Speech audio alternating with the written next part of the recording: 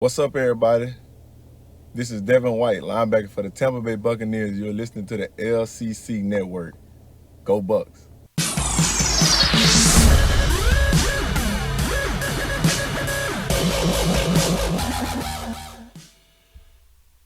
Hey everyone, welcome to the Commissioner's Clubhouse and the LCC Network for our Mock Draft 2.0 special heading into Draft Day weekend on Saturday. We did a mock draft with a good bit of people. I didn't keep track of the max number we ended up having when it was all going on, but it, probably a good 10 people, I want to say. Like almost half the league was there. It was really fun. It took us at least 2 hours to get through. What was it, like 3 rounds that we ended up doing?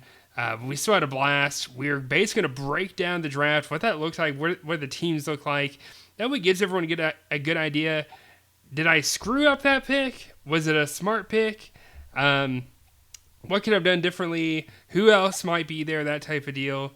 With me today, I've got Jameson and Cody, like always. How's it going, y'all? I'm okay. Yeah, Just okay, Cody? just okay. Yeah, It's I just think okay. yeah, Not yeah. great. Once the Just draft getting is by. over and I know my team, I'll be a little bit better. Yeah, that's what I'm waiting for. Yeah, Yeah. I'm the same way. We can all roster Anticipating. bait. Yeah.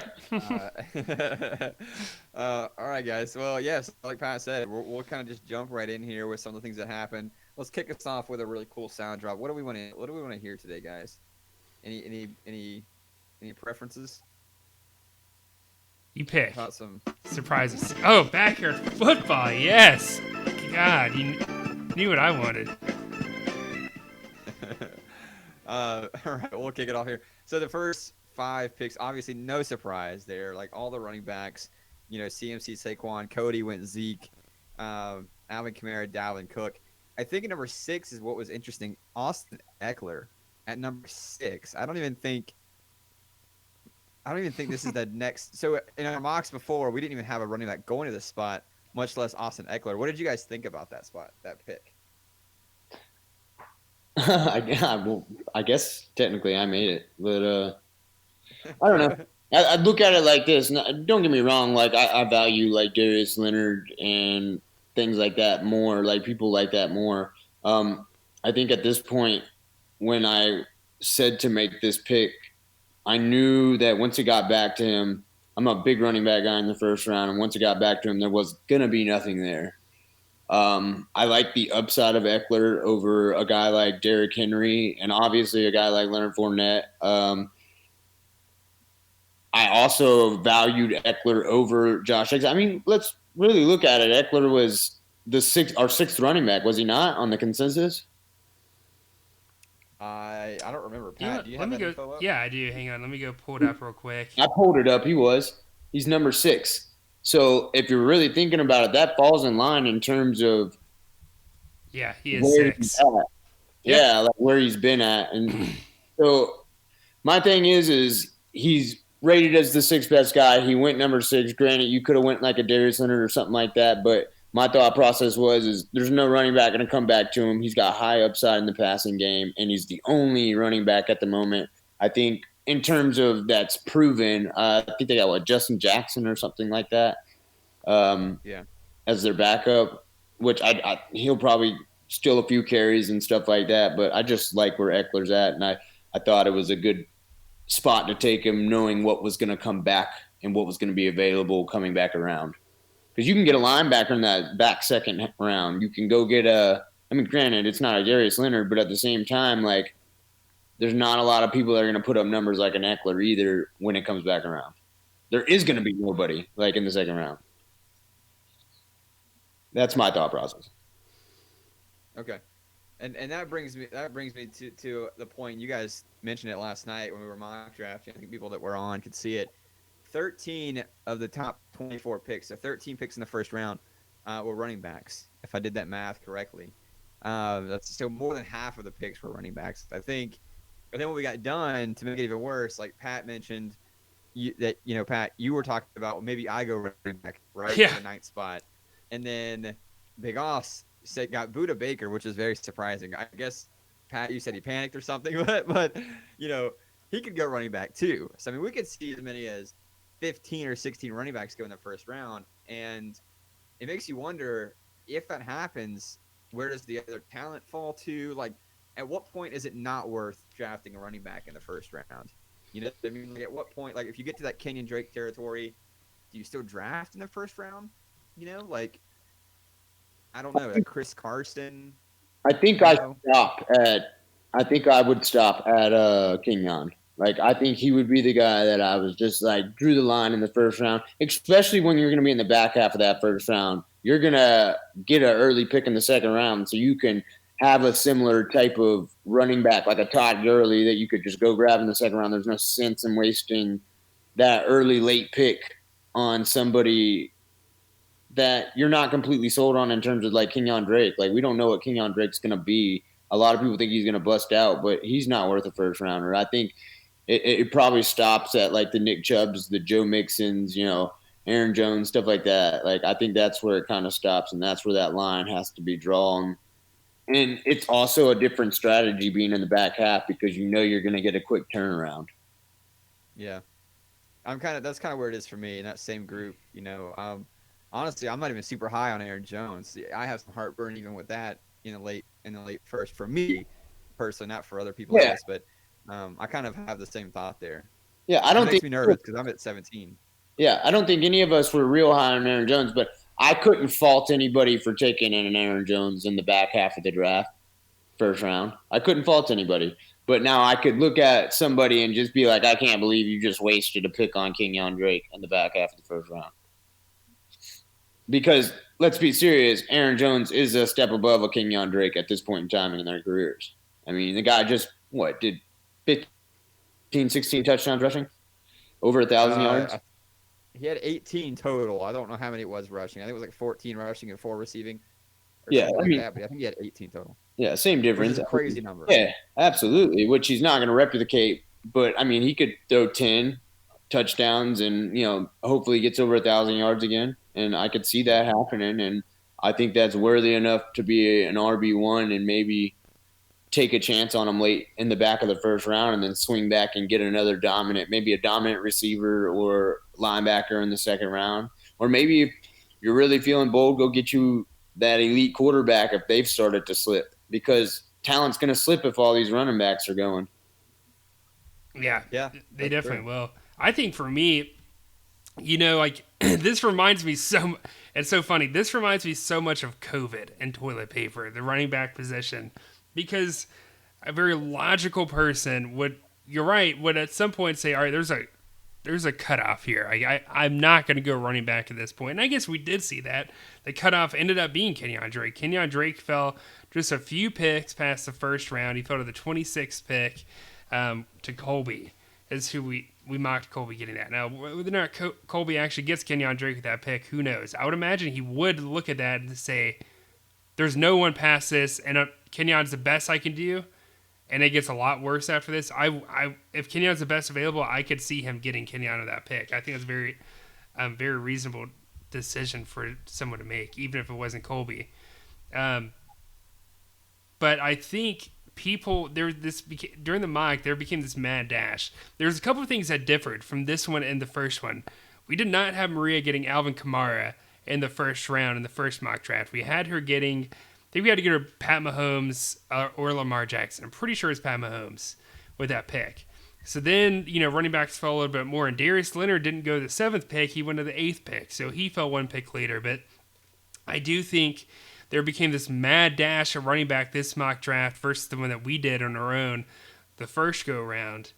And part of me wonders, like Jameson said, is it going to be even crazier than this? Like, does Matt and Cody, because I'm already thinking it, or not Matt and Cody, Matt and Cameron, do they look at this and say, okay, I ended up getting Darius Leonard and Pat Mahomes that pick, but in the second round, I didn't get, my running back was Chris Carson and Le'Veon Bell.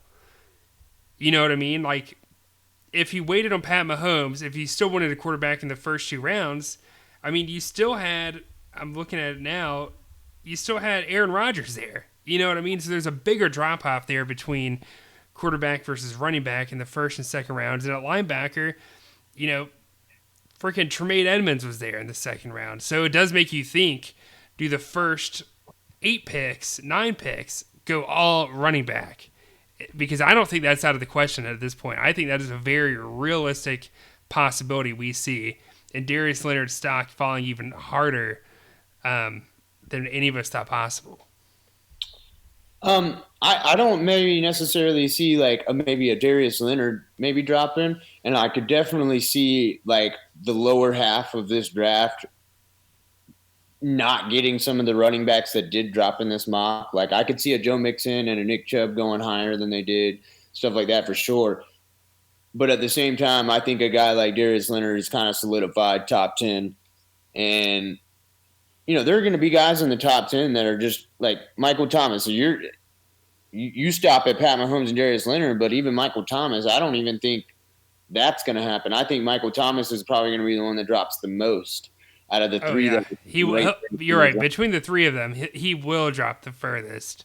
Just because receivers in this league, they're not as valuable as I'd personally like them to be, and I don't know if you would really even consider taking one in the first 16 picks. I don't think I'd take one in the first. Well, I say that, but for example, we had Mike getting Devontae Adams, so Michael Thomas is obviously an upgrade over Devontae Adams. So I could see him going around the 24th. He ended up going the first pick in the second. And Hopkins went at the 18th. Yeah. Right, in the mock. So, I mean, there will be a receiver or 2 or 3, I think, that will go that high, especially when guys get to the back and they're like, the first 12 picks are running backs, and they're like, well, screw it. I can't get a running back now. Yeah. Someone might take a shot on, a receiver and then maybe doubling up in the second round following up with a quarterback or a running back. I don't know. For me, the mocks just made me more confused. Yeah, I know, right? What I thought I was. I know. I wish there was time to do a third mock draft. This spot is terrible. Like, Cody, you're living a life of luxury in the third spot. No, for real. I'm really just gonna say that, like, first world problems. So terrible. I'm literally looking at Mike's spot at 24 and being like, God, I wish I would, because we mocked him, Kyler Murray, Devontae Adams, Melvin Gordon, right? Like, all he has to do is find a good linebacker in the third, and he's got that's a solid foundation. You know what I mean? He's already got one linebacker on his roster. Not that he's great, but was it Raekwon? Is that his linebacker he has right now? Raekwon McMillan? Maybe. Or maybe I'm thinking of someone else. Hang on. I'm going through the rosters right now. McMillan just got traded to the Raiders. Yeah. I keep wanting to say Oakland, but they're not Oakland. Yeah, Raekwon McMillan, yeah.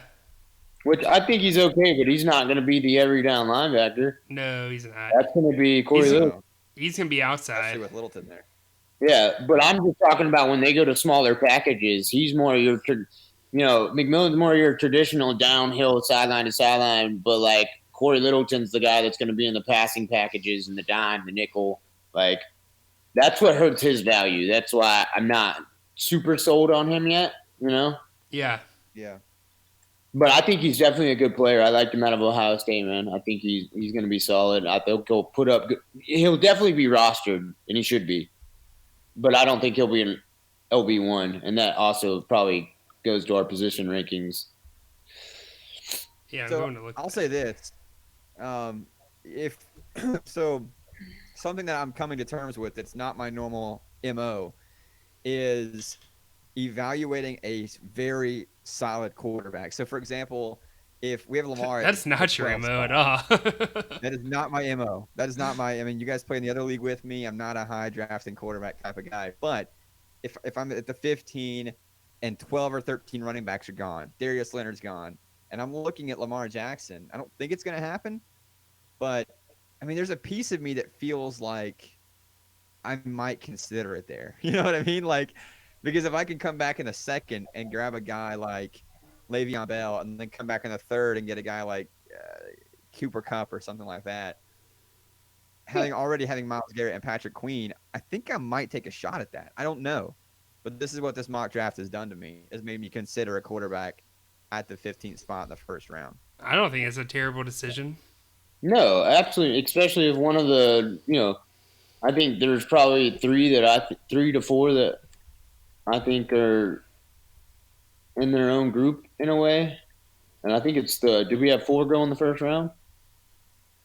Uh, we we know we had Kyler Murray, Oh, Deshaun. Pat Lamar Mahomes. and Deshaun Kyler. went in the We had second, 3. top Okay. of the second. Yeah, okay. Well, even then, I was originally just going to say the three that actually went in the first round, but then I was going to throw Deshaun Watson kind of in that mix as well. But I mean, I think those are those guys that I could see taking a chance on because I think they're light years ahead of most of the other quarterbacks that are coming through. Yeah, I mean, if you do wait, I will say this: if you do wait until the third, you are absolutely gonna have a guy like a Jared Goff or a Carson Wentz or someone like that, right? So if you're not confident in rolling with that quarterback and you can't stream, I mean, normally if you pick a guy like that, you can pick up a backup every week and just kind of rotate one guy in to help stream, but you're only going to roster one quarterback. So if you're a guy who's not confident streaming, do you think those guys reach earlier on quarterbacks? They just want to lock somebody in, not feel like they can't, you know what I mean? Because you can't make adjustments. If Jared Goff's your guy, that's your guy. You can't pick another guy up. Yeah. So I don't know. Maybe quarterbacks do go higher because of that. You know, I don't know. But all I know is Burrow's body counts took Teddy, and that's he's not. Well, I mean, even then, I mean, he took Teddy, but he's already got a QB, and that's locked. Like he took Burrow in that rookie draft. He ain't definitely is not picking Teddy right there. So that pick's a wash. Yeah, that was just I think he was just throwing something out there to kind of so he didn't give away like where he's thinking about going, which is cool. I mean, I don't have a problem with that. Yeah. Yeah, he was definitely keeping his cards close to his chest. He wasn't. No doubt. He was not trying to reveal anything. The Aaron Jones one was the only realistic pick that he made the entire mock draft. Yeah, I agree. I still love that his that his acronym is BBC. I wish there was a way to make it that way. And if there's we're not going to use that draft software during the draft. I mean, it was garbage. I mean, that was not a good experience. That was not a good experience. If somehow like a developer from FanDraft is listening, your product sucks. I'm sorry, it just does. It's garbage. If I could, I would use Primetime because that was consistent and great, but your product is straight trash. It's been trash since 2014, since the first year we ever used it. So, yeah, that was my spiel about FanDraft. I will not be using that ever again. Like, come on, man. That was garbage. Yeah. So where do y'all think, what round do you think first DB should go? Second first DB? Man, yeah, I mean, most of them didn't go to the third, and I was kind of thinking, I was telling Jameson this. I was like, Mike's in a very interesting position where his entire offense can be built after after the second round. But the interesting thing about that is it leaves him in a very interesting predicament in the third round, the end of the third, beginning of the fourth. He's got to decide basically one of two things. Does he go get like a 100% DB1, like a stud DB1, because there's plenty there at that point. The last DB, for example, that was taken in our mock with the 72nd pick. Nope. Yeah, it was Tracy Walker. We had him getting that. So Mike can do one of two things. He can go get a mediocre linebacker with that next pick, or he can double up a DB, which is really interesting because that DB who's going to be a stud is going to be your flex player, who's going to be great. I mean, he's going to be averaging like 35 points a game. That type of level of player is going to be in your flex. That's huge, especially in our league. So part of me wonders, like, did we undervalue DB because of that? I mean, we left some stud DBs falling to the 72nd pick, and one was Tracy Walker, a guy we were all super high on. For me with DBs, I just feel like that's probably the easiest position to stream. So I don't look at it as a high priority. Like, I feel like I can always go and find. Granted, I probably won't end up with the highest scoring DB, but I can find somebody in free agency at some point in the season that ends up in the top 15. You know? For me, it's not easy to stream DB as it is. It's one of those positions that can bite you in the butt because it's so volatile. It pays off so well when you have a consistent DB, which there's very few out there. But man, when you get a guy who's like, he gets you like 10 points one week and then he gets you 72, man, I don't want that. Like, I would rather the guy just get me like 20 each week, like somewhere where I can at least like measure and predict, have an accurate prediction what he's going to do week to week. Like, I don't know. We had 10 linebackers go between the first and into the third. I feel like a part of me wonders if more should have gone. I don't know. I mean, to be completely honest with you, there's no way I would pick a DB in the first 3 rounds. In my draft strategy, that's just not who I am. I find more positions of higher value that I need to worry about that are harder to find in free agency. Because you're not finding a running back.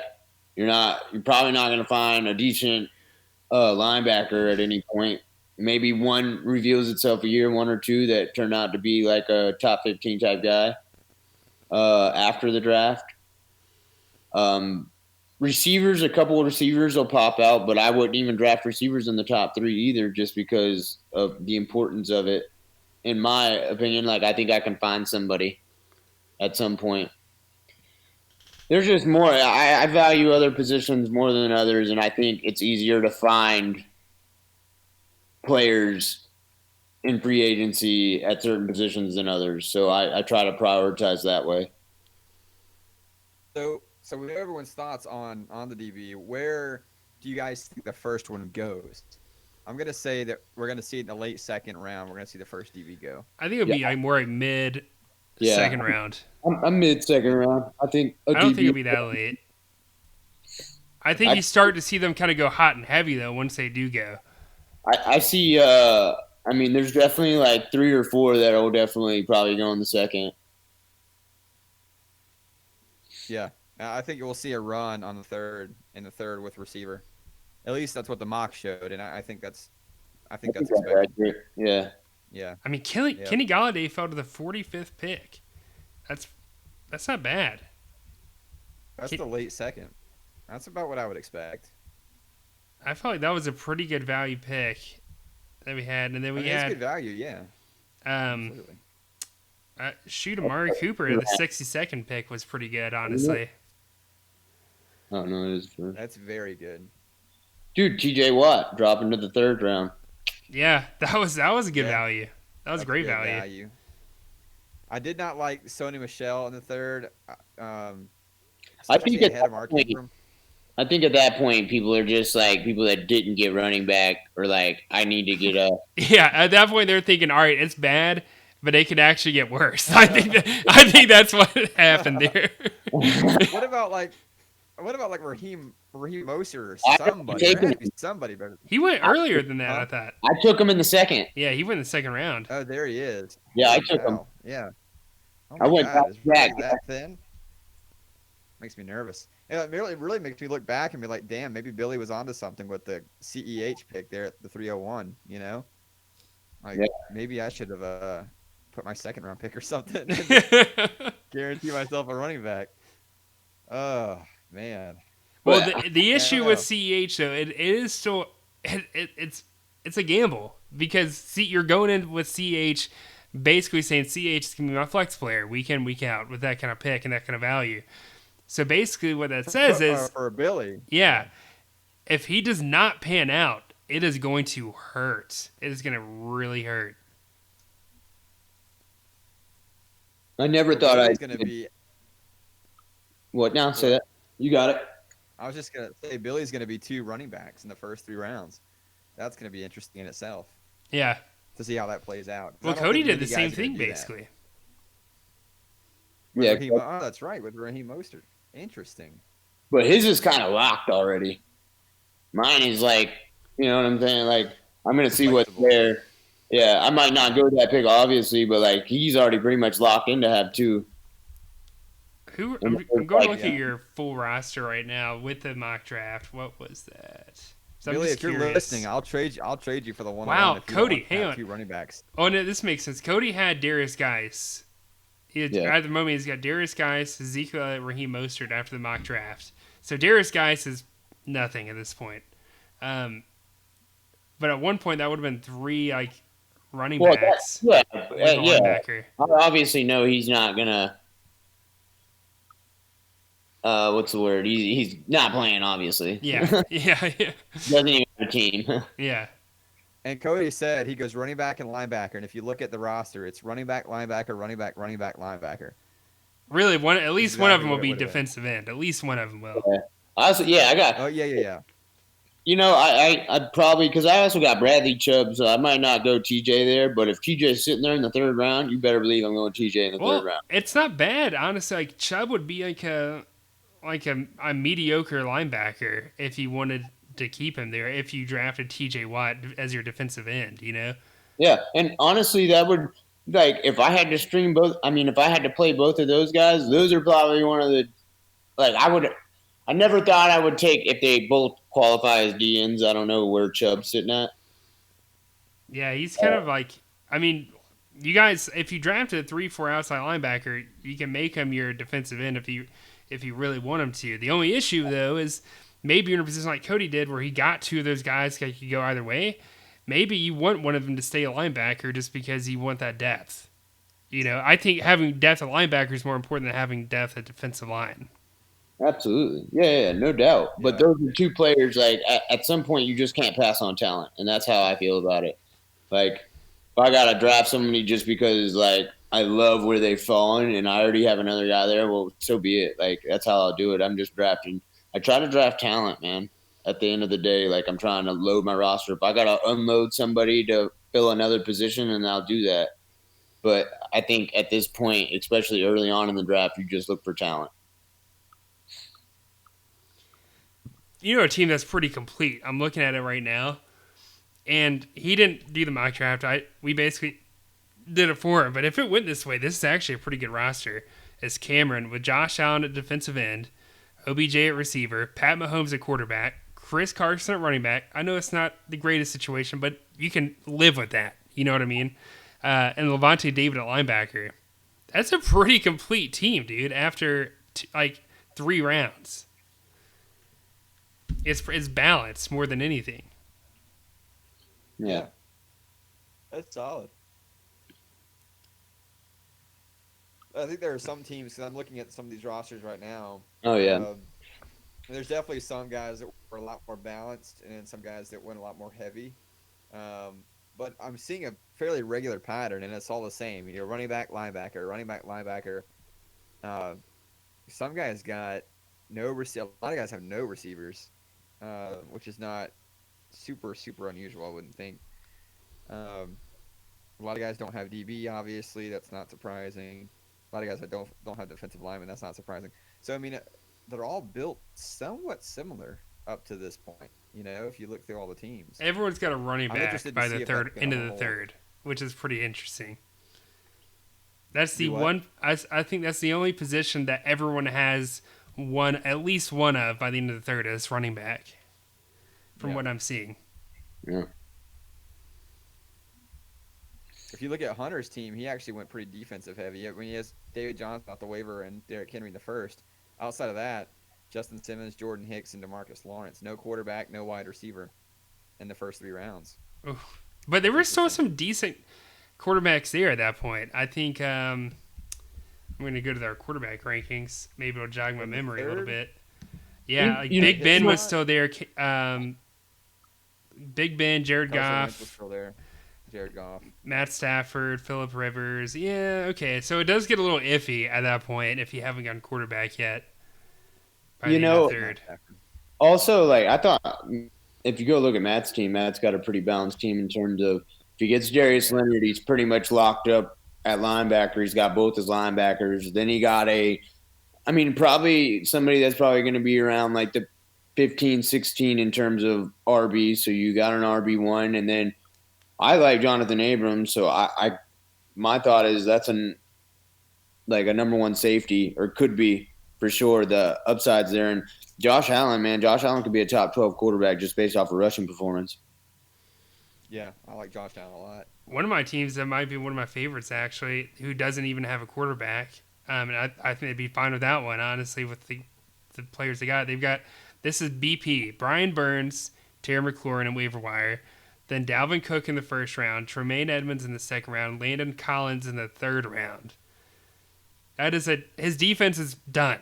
It's done. And Brian Burns is the worst player in his defense, which is a pretty damn good position to be in, honestly, from a defensive standpoint. If you had to look at like one of these teams, who do you think needs to work on their strategy? Well, some of them we drafted for them, so I can't. Yeah, but at least two of their picks are, That's true. Yeah, two of them they made. And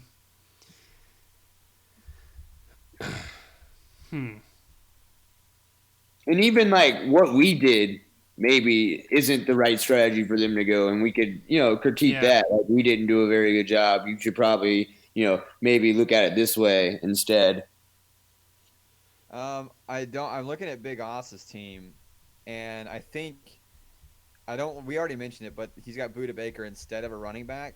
Mm-hmm. 2 wide receivers already, a safety, but no running back on a team where he won't get a pick again until the late fourth or the mid fourth, I guess. I mean, I think that's someone that I would say, hey, just be aware of that, right? Because it's easy for that to get away from you. Yeah. Especially when in the position that he has double is probably like one of the ones that is the least valued in this league. So maybe, yeah. I think he'll definitely do it differently. From the conversation I was having with him, like the Budda Baker thing, he felt kind of pressured and he didn't like it afterwards. The Amari Cooper one was another one that he wasn't crazy about, but I actually liked the Amari Cooper pick that late. That was a good value pick. For sure. I don't mind that in the third round, Amari. As the guy behind him who needs a receiver, I think it's a terrible pick. You should have let him fall. But I mean, but that's what these mocks are for, right? You get. I mean, we've all made mistakes in drafts. I made one last week or couple weeks ago in our other draft. I wish I could take back. But that's what these are for. You practice. You kind of get a feel for what you would do in certain situations, and then you hope to execute, right? Yeah. When the time comes. And it was good for him. Kudos to him for joining the mock draft and seeing what was going to happen. And now he has a legitimate idea of what he needs to do differently. Like some of these guys didn't join the mock draft and we kind of did it for him. At least he's got an idea of maybe what he needs to change and how he could make his team better, because, he could have went into the real draft and panicked with the Budda, but now he knows hey, maybe Budda probably wasn't that way to go. And he's got more of a better idea of what he wants to do now, all just because he spent 3 hours doing a little mock draft with us. Yeah. How about this team, Jordan? I'm looking through some of the rosters. Jordan doesn't have any linebackers in the first 3 rounds or off the waiver wire. How interesting is that? That's pretty well. He's in a similar position as Mike. Like I said, in that third round, he could get a top-notch safety, or he could go get a middle-of-the-road linebacker, essentially. And he went with the top-notch safety, and I'm guessing probably that fourth round, he probably would have gone a linebacker with that pick. I don't think he would go defensive end. I think the linebacker would be more of a critical need for him. I'll say this, Cody. You and I went linebacker in the rookie draft in the 4th round, I think. Yeah. With Patrick Queen and Kenneth Murray. And I've never felt so good about that pick as I do after this mock draft, seeing that in the late 3rd there was not a lot of depth at linebacker that I liked. I mean, I think I saw Shaq Thompson there, but I mean, to Pat's point just now, it kind of trails off, right? Yeah. So I feel like that was really good value with the rookies there in the 4th round. Yeah, and I too, and I'm not even gonna lie, I kind of forgot about having him on my team as I did this little mock draft. So my plan is definitely gonna be shaken up a bit. What I do. And by the way, guys, I'm gonna have all of the rookie draft stuff in, and hopefully, if everyone gets their trades in, honestly, I could get that done like right instantly, simultaneously. I'm gonna try to have that done by the end of tomorrow, if possible. If not, Thursday at the very latest. Well, it's been 24 hours for that one that got posted for Billy. Yeah, so that one's officially approved, unless someone made a counteroffer and I don't know about it and they accepted it, but I don't think that's the case. Nope. All right, guys. Well, that's it. Next week, so we got the draft over the weekend. And then our next episode is literally just going to be post-draft discussion. We're going to talk about some of the rosters once everything's finalized. And it'll be the last off-season episode before the season starts next weekend. Isn't that crazy? That's the crazy. Last off-season episode. That's crazy. I'm excited. I'm pumped. Yeah, football's finally Awesome. here. Finally here, guys. All right. Well, we'll hop off, and I guess we'll see you next weekend. Good luck to everybody in the draft, and we'll be back next week to discuss it and break it down before the season starts. Goodbye.